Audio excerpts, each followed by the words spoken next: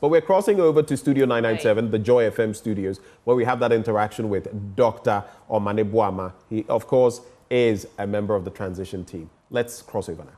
From the present. And there are some really worrying things going on. The president-elect spoke last night, called on the authorities to deal comprehensively with all of these looters and those causing mayhem at the collation centers and creating confusion around this election.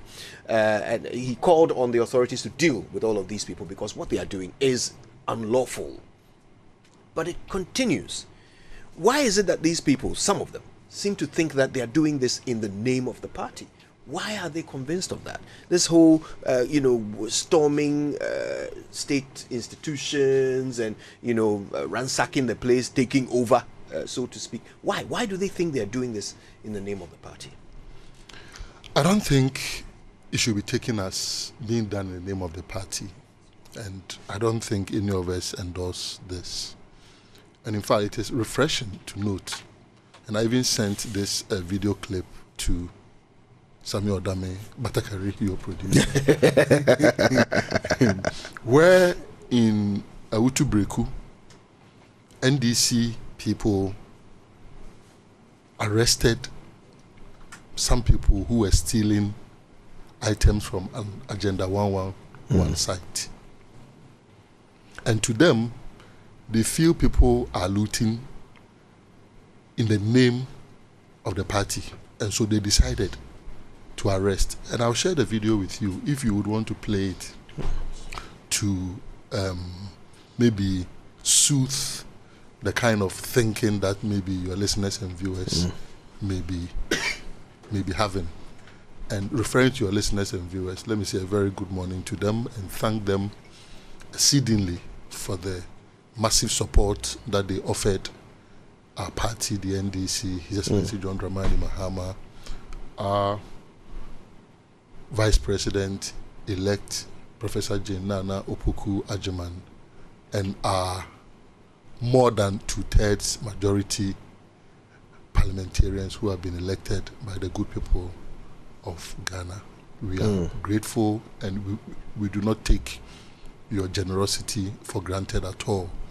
We will work to restore dignity, vision, experience, and expertise into the governance architecture of our country. And this is the reason it is appropriate that President Mahama stepped forward a day after he had called for calm to still speak again to the nation, asking people to calm down. And this video I speak of tells me one more time that criminality is criminality. And people can sometimes take advantage of these moments, steal in the name of politics with the hope that it will just be ascribed to supporters of a particular political party looting. So I separate the looting from the people who are thronging the various Electoral Commission offices. And this is where, particularly when we come to the issue of electoral reforms, I will hammer because, and I had cause to raise this with Dr. Bosman Asare when the final presidential result was declared by Madame J. Mensah. I said, Bosman, you remember when I called you and said, the extra pink sheets, let your presiding officers cross them and write cancel if the polling agents were not going to be enough to exhaust the first set. He didn't give me a listening ear. This time around, when I raised it, he said, yeah, I passed on the information. I said, where is the evidence? Kojo, if he had done that, do you think pink sheets would have been flying around, people getting free pink sheets and altering results and sending them to polling stations? Don't we do that? Collation centers. Yes, to collation centers. Don't we cross our own checks? Don't we cancel them if we think we have maybe even spot the check? Don't we cancel them? So when the Electoral Commission knew that yes, there are 12 candidates, but because of the unfortunate demise of Madam Ekwe-Adonko, it had become 13. So we are going to have free pink sheets flowing around, particularly as not all the presidential candidates and even the parliamentary candidates were going to having reps. It meant that there were going to be extra pink sheets. In whose interest was it that the Electoral Commission did not listen to this advice? I called Bossman. I said, Bossman, bro, tell your presiding officers to cross those extra pink sheets. And it was no big deal. It was just a matter of crossing the first one and it will permeate because of carbonation. They did not do it. You know what? We've come too far. And we were determined to protect every single seat because of previous experience. In 2020, the parliament was not a hung parliament. The parliament that Ghanaians voted for, MPP used machinations and collaboration with the Electoral Commission and security agencies, killed 8 people to take away.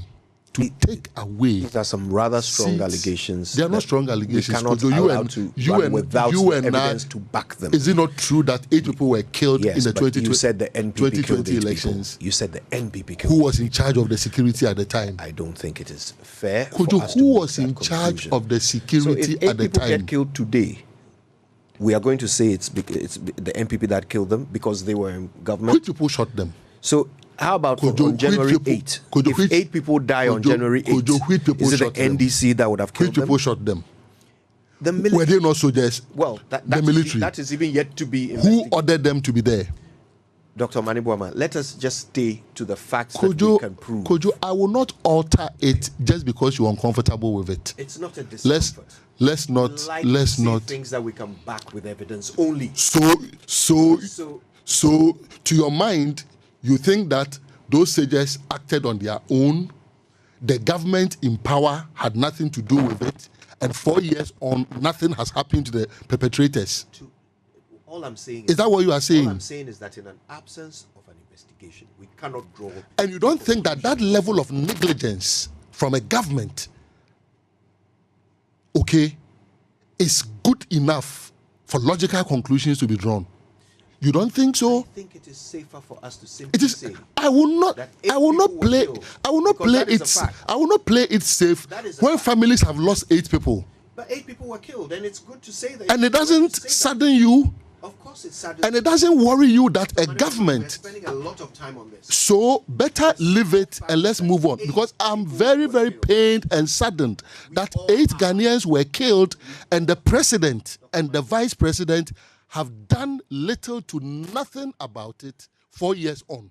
Dr. Omane Boamah, with all due respect, our audience have heard us complain and talk about this matter several times on the show before you came on it today to reiterate it. I beg of you, let us stick to what is factual. 8 people were killed. No investigation has been done. But no investigation has been done. And you don't think that's circumstance? You think that if it was you, let us move on. Killed them? Let us move on with facts. Please continue your point.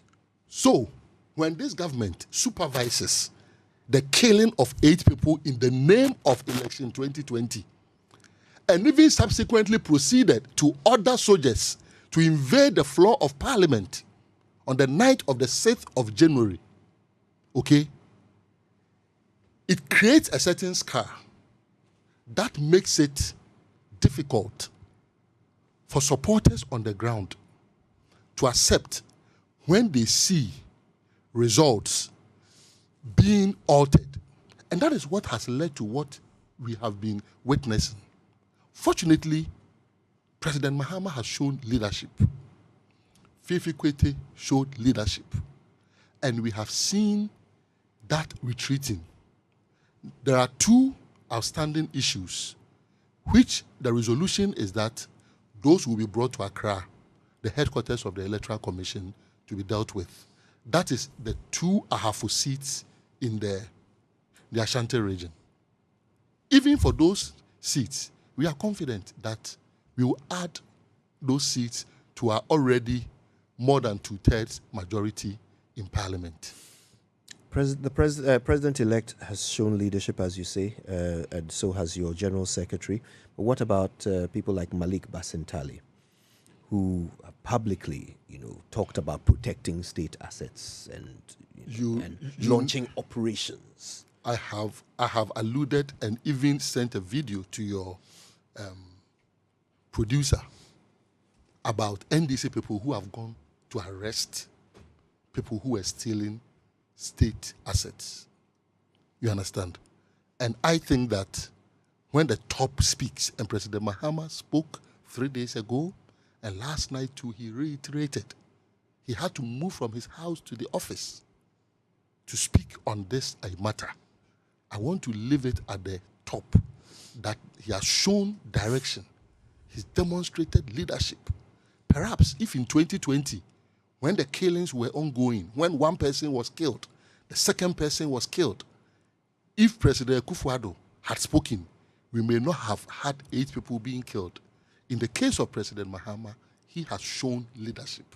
And I think that is what it is. Let's see how we will progress moving from this morning to ensure that the very nation that we seek to work for, the very nation that we seek to defend and protect, will be peaceful as we want it to be.